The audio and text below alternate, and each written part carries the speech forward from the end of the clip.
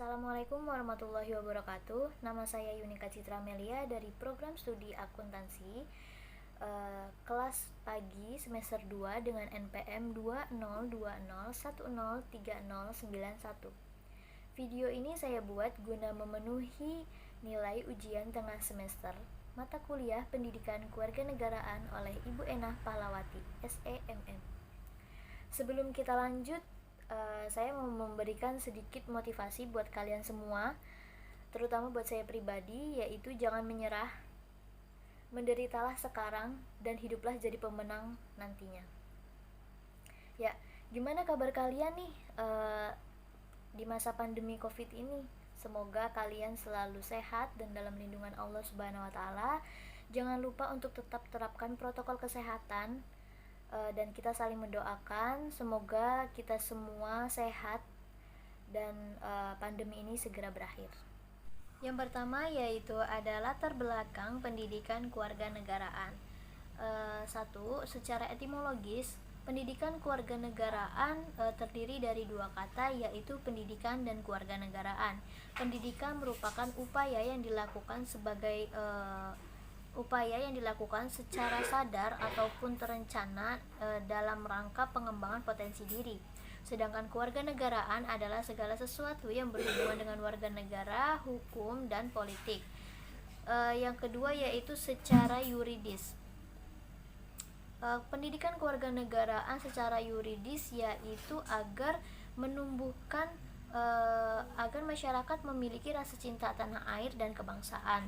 Terus yang ketiga yaitu secara etimologis, bahwa pendidikan kewarganegaraan merupakan pendidikan berlandaskan demokrasi politik yang diperluas dengan pengetahuan lainnya, bertujuan untuk melatih kemampuan berpikir secara kritis, analitis, dan bertindak demokratis sesuai dengan Pancasila dan Undang-Undang Dasar tahun 1945.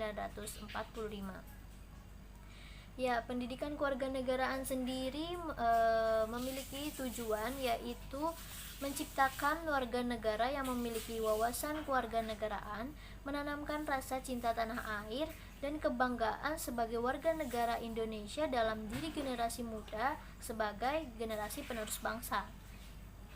Pendidikan kewarganegaraan memiliki dasar hukum, yaitu yang pertama pembukaan Undang-Undang Dasar tahun 1945 alinea keempat, yaitu berbunyi mencerdaskan kehidupan bangsa dan ikut melaksanakan ketertiban dunia. Yang kedua yaitu pasal 30 ayat 1 yang berbunyi tiap-tiap warga negara berhak dan wajib ikut serta dalam upaya pertahanan dan keamanan negara. Yang ketiga yaitu pasal 31 ayat 1 yang berbunyi setiap warga negara berhak mendapatkan pendidikan. Yang keempat yaitu pasal 27 ayat 3 yang berbunyi setiap warga negara berhak dan wajib ikut serta dalam upaya bela negara. Ya, setelah kita mengetahui nilai-nilai yang terkandung di dalam Pancasila, tentunya kita ingin mengimplementasikannya dalam kehidupan sehari-hari. Hal tersebut dapat kita lakukan dengan memulainya dari hal yang kecil, kemudian menjadikannya kebiasaan dalam kehidupan sehari-hari. Misalnya saja pada sila yang pertama yaitu ketuhanan yang Maha Esa, kita dapat melakukannya dengan menjalankan ibadah sesuai agama dan kepercayaan masing-masing. Kita sebagai makhluk yang diciptakan oleh Tuhan yang Maha Esa, sudah sepatutnya kita untuk menyadari bahwa diri kita ini lemah dan kita membutuhkan Tuhan. Maka dari itu kita mesti beribadah kepadanya. Namun seperti yang kita ketahui, di Indonesia tidak hanya menganut satu kepercayaan saja, melainkan beberapa kepercayaan. Dan kita harus menghormati itu, sehingga kita tidak dapat memaksakan kepercayaan yang kita anut terhadap orang lain. Yang kedua yaitu kita dapat berdoa sebelum memulai sesuatu. Ya, doa adalah salah satu bentuk syukur kita terhadap Tuhan atas nikmat yang telah diberikannya selama ini. Ya, selanjutnya itu mempelajari kitab suci yang kita anut. Ketika kita mempelajari kitab suci yang kita anut, maka akan meningkatkan keimanan kita terhadap Tuhan yang Maha Esa, sehingga kita akan berupaya untuk mengimplementasikannya dalam kehidupan sehari-hari. Sehingga kehidupan kita akan lebih teratur dan terarah. Ya, selanjutnya sila kedua yaitu kemanusiaan yang adil dan beradab. Kita dapat melakukannya dengan cara mentaati peraturan yang berlaku. Peraturan dibuat tentu untuk mengatur kehidupan agar menjadi lebih baik dan teratur. Ketika peraturan tersebut berdampak positif dan baik untuk kita jalani, sebaiknya kita mentaati aturan tersebut. Ketika kita melanggarnya, kita akan merugikan orang lain dan diri kita sendiri. Yang selanjutnya, kita dapat menjaga keseimbangan antara hak dan kewajiban. Kita sadar sebagai warga negara Indonesia, tiap-tiap individu memiliki hak dan kewajiban masing-masing. Sebelum kita terus-menerus menuntut hak kita terhadap orang lain, sudah sepatutnya kita untuk introspeksi apakah kita sudah menjalankan kewajiban kita terhadap orang lain. Selanjutnya, kita dapat menolong teman yang sedang kesulitan. Sebagai makhluk sosial, kita sadar bahwa kita selalu memerlukan orang lain dalam kehidupan kita. Suatu saat pun kita akan mengalami kesulitan, kita akan membutuhkan bantuan orang lain. Maka dari itu, ketika teman mengalami kesulitan, sudah sepatutnya kita untuk menolongnya. Sila ketiga yaitu persatuan Indonesia. Kita dapat melakukannya dengan cara menyadari bahwa Indonesia terdiri dari keragaman. Ya, kita sebagai warga negara Indonesia patut bangga atas keberagaman dan kekayaan yang dimiliki oleh Indonesia. Indonesia ini sebenarnya unggul dibanding negara lain karena sangat kaya sekali atas keberagaman budaya dan sumber dayanya. Maka dari itu, dengan keberagaman itu justru kita tidak menjadikan masalah dalam kehidupan kita. Justru kita harus menjadikan peluang dari keberagaman itu supaya kita lebih dapat mengembangkan diri dan lebih dikenal oleh negara lain. Yang selanjutnya yaitu mencintai produk lokal. Ketika kita mencintai produk lokal, maka kita juga turut menghargai penghasil karya tersebut. Ketika penghasil karya tersebut merasa hasil karyanya dihargai, maka penghasil karya tersebut akan berupaya untuk terus menghasilkan karya yang lebih baik lagi, sehingga mungkin karya tersebut akan dikenal luas oleh dunia internasional. Dengan demikian, nama Indonesia pun dan citra Indonesia akan bagus di mata dunia. Dan selanjutnya yaitu mempelajari budaya Indonesia. Ya, pada masa globalisasi ini budaya Indonesia sepertinya sudah mulai luntur oleh budaya asing. Sebaiknya kita sebagai warga negara Indonesia dan sebagai generasi muda untuk terus mempelajari budaya asing. Boleh saja kita untuk mempelajari budaya asing, namun kita tetap harus selektif. Mana yang negatif, mana yang positif, tetap kita harus saring dulu. Selama budaya itu bagus untuk mengembangkan pribadi kita menjadi pribadi yang lebih berkembang, lebih maju lagi, maka gunakan budaya tersebut. Namun ketika budaya tersebut sudah mulai melenceng dari budaya Indonesia, maka tinggalkan. Ya, selanjutnya yaitu sila keempat, kerakyatan yang dipimpin oleh hikmat kebijaksanaan dalam permusyawaratan perwakilan. Kita dapat menggunakan cara mengambil keputusan melalui musyawarah. Ya, kita ini terdiri dari keberagaman, kita ini berbeda-beda. Maka ketika kita mengambil suatu keputusan, kita harus melalui musyawarah mufakat. Karena kita juga negara demokrasi dan kita sadar bahwa isi kepala masing-masing individu itu tidaklah sama. Maka dari itu, musyawarah merupakan jalan terbaik untuk kita mengambil suatu keputusan. Yang selanjutnya yaitu mengutamakan kepentingan bersama daripada kepentingan individu. Ya, kepentingan bersama sangatlah penting untuk kita junjung tinggi karena itu merupakan kepentingan tidak hanya untuk pribadi kita, melainkan untuk lingkungan sekitar kita. Jadi kita tetap harus mendahulukan kepentingan kebersamaan kita, kepentingan kebersamaan daripada kepentingan individu kita. Yang terakhir yaitu sila kelima, keadilan sosial bagi seluruh rakyat Indonesia. yaitu dapat kita lakukan dengan cara menjunjung tinggi nilai kebersamaan dan kekeluargaan. Ya, kita sadar negara Indonesia itu terdiri dari banyak suku, agama, budaya, adat istiadat, dan lain sebagainya, yang menjadikan kita memang berbeda-beda, tapi kita tetap harus bersatu. Kita harus memiliki jiwa kekeluargaan dan kebersamaan sehingga kita tetap dapat hidup berdampingan, dapat hidup damai dan tentram, sehingga itu bukan menjadikan ancaman bagi kita. Ya, selanjutnya itu bersikap adil dan tidak egois. Tentunya siapa sih yang ingin diperlakukan tidak adil?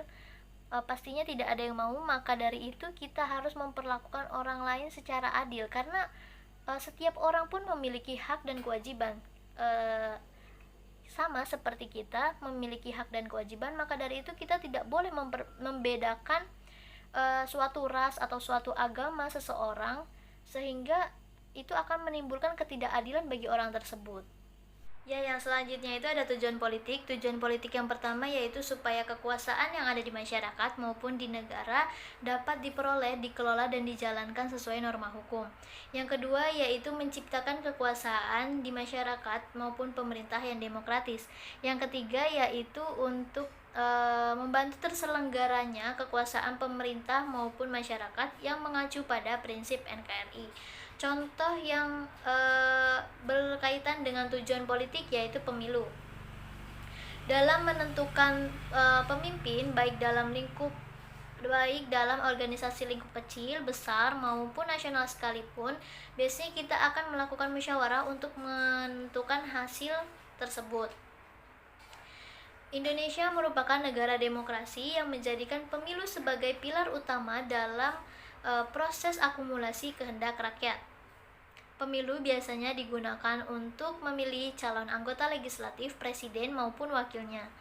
Penting bagi setiap warga negara yang telah memenuhi persyaratan untuk dapat melakukan pemilihan atau menyalurkan aspirasinya dalam pemilihan tersebut, karena satu suara dari mereka sangat menentukan bagaimana nasib Indonesia ke depannya.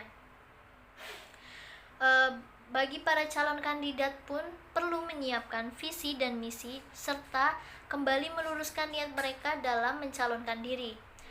Mereka harus paham bahwa tujuan utama mereka yaitu rakyat, bukan jabatan.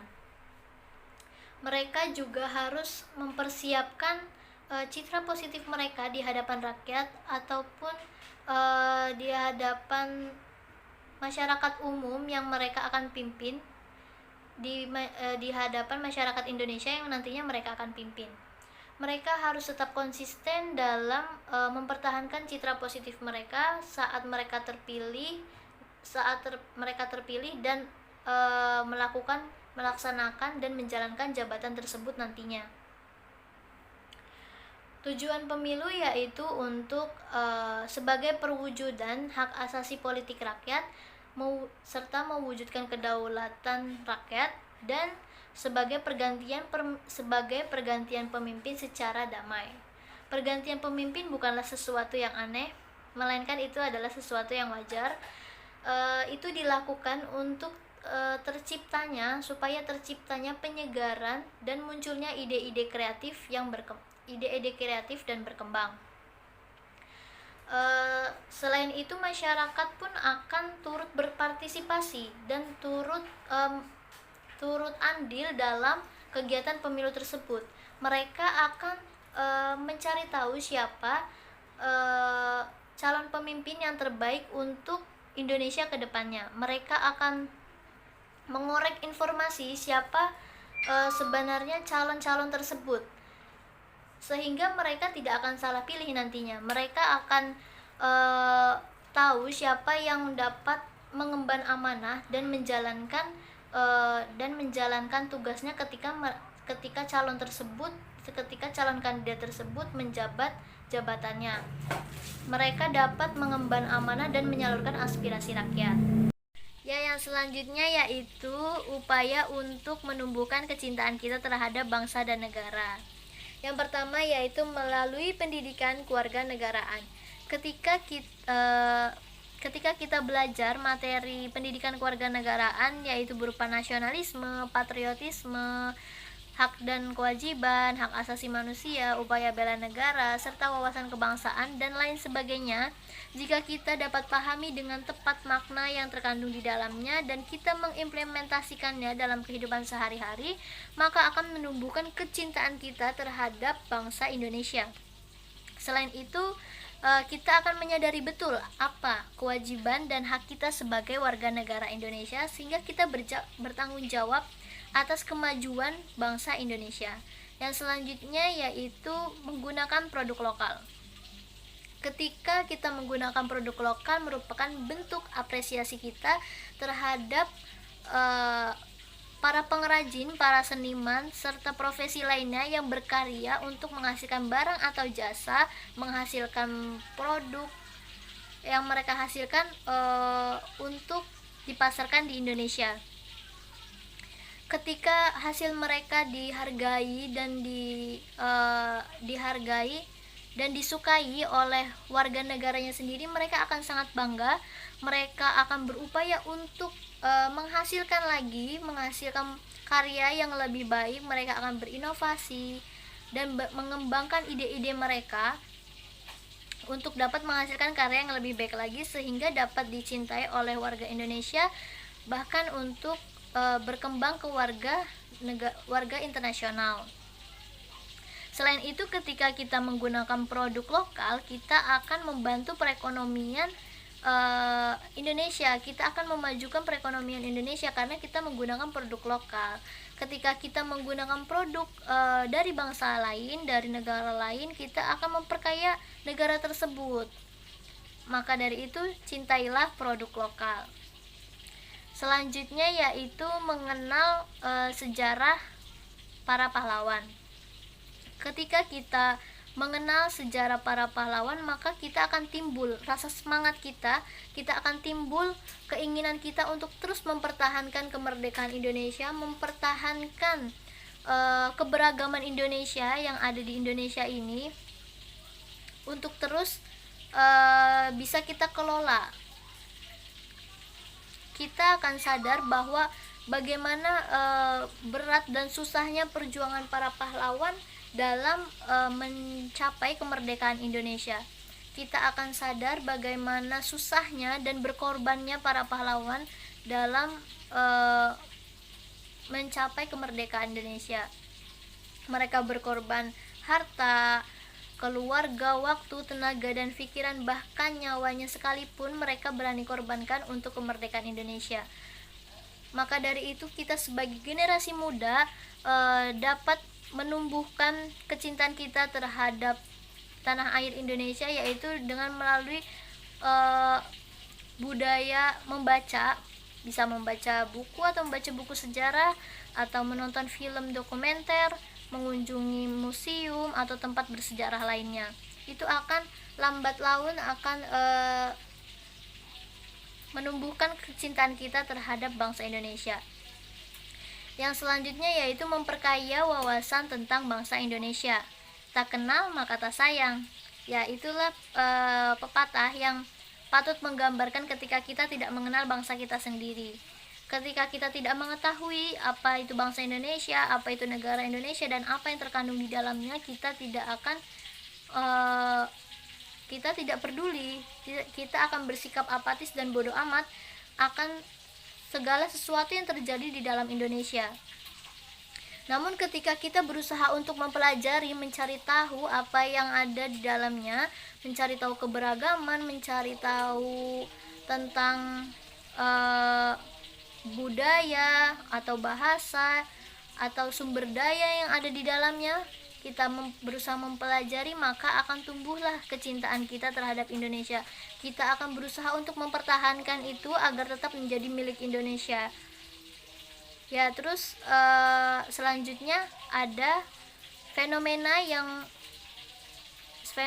yang dilakukan untuk menumbuhkan kecintaan terhadap bangsa Indonesia, yaitu budaya literasi. Seperti yang kita ketahui, rendahnya minat baca bangsa Indonesia itu sangat memprihatinkan sekali, sehingga pemerintah perlu bekerja keras untuk menaikkan minat baca di tanah air. Ya, gerakan literasi ini muncul pada tahun 2016. Ini digunakan untuk menumbuhkan minat baca dan menulis anak bangsa, karena sangat memprihatinkan sekali minat baca di Indonesia dibandingkan dengan negara lain. Terdapat 6 komponen kegiatan yang dilakukan dalam memahami dalam melakukan literasi, yaitu literasi pertama yaitu literasi dini, yaitu anak-anak diajarkan kemampuan menyimak, memahami, dan berkomunikasi. Yang kedua yaitu literasi permulaan, yaitu untuk kemampuan membaca, menulis, berbicara, dan berhitung. Yang selanjutnya ada literasi perpustakaan, media, teknologi, dan visual. Kegiatan literasi membaca ini dapat memperkaya informasi dan pengetahuan yang didapatkan ketika mereka membaca buku. Maka dengan itu para generasi bangsa ini, para anak-anak yang akan meneruskan Indonesia nanti selanjutnya, dapat mempunyai wawasan yang luas dan tidak mudah untuk dibodohi. Mereka dapat melahirkan ide-ide besar, ide-ide kreatif dan inovatif yang dapat mengembangkan Indonesia menjadi lebih baik lagi. Selain itu mereka dapat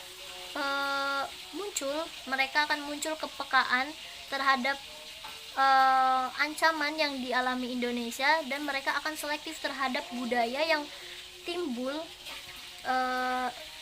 mengancam Indonesia. Mereka akan dapat memilah dampak positif dan negatif yang mereka melakukan, sehingga mereka dapat menghindari kegiatan yang akan merugikan dirinya maupun negaranya.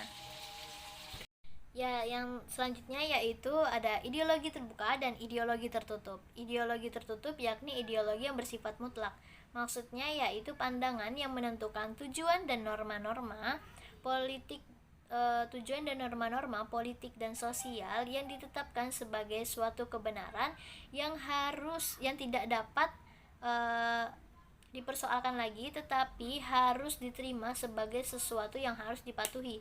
Sedangkan ideologi terbuka yakni ideologi yang fleksibel, yakni maksudnya ideologi yang dapat mengikuti perkembangan zaman serta nilai-nilai dan cita-citanya tidak dipengaruhi dari luar, melainkan dari rohani, moral, dan budaya masyarakatnya sendiri.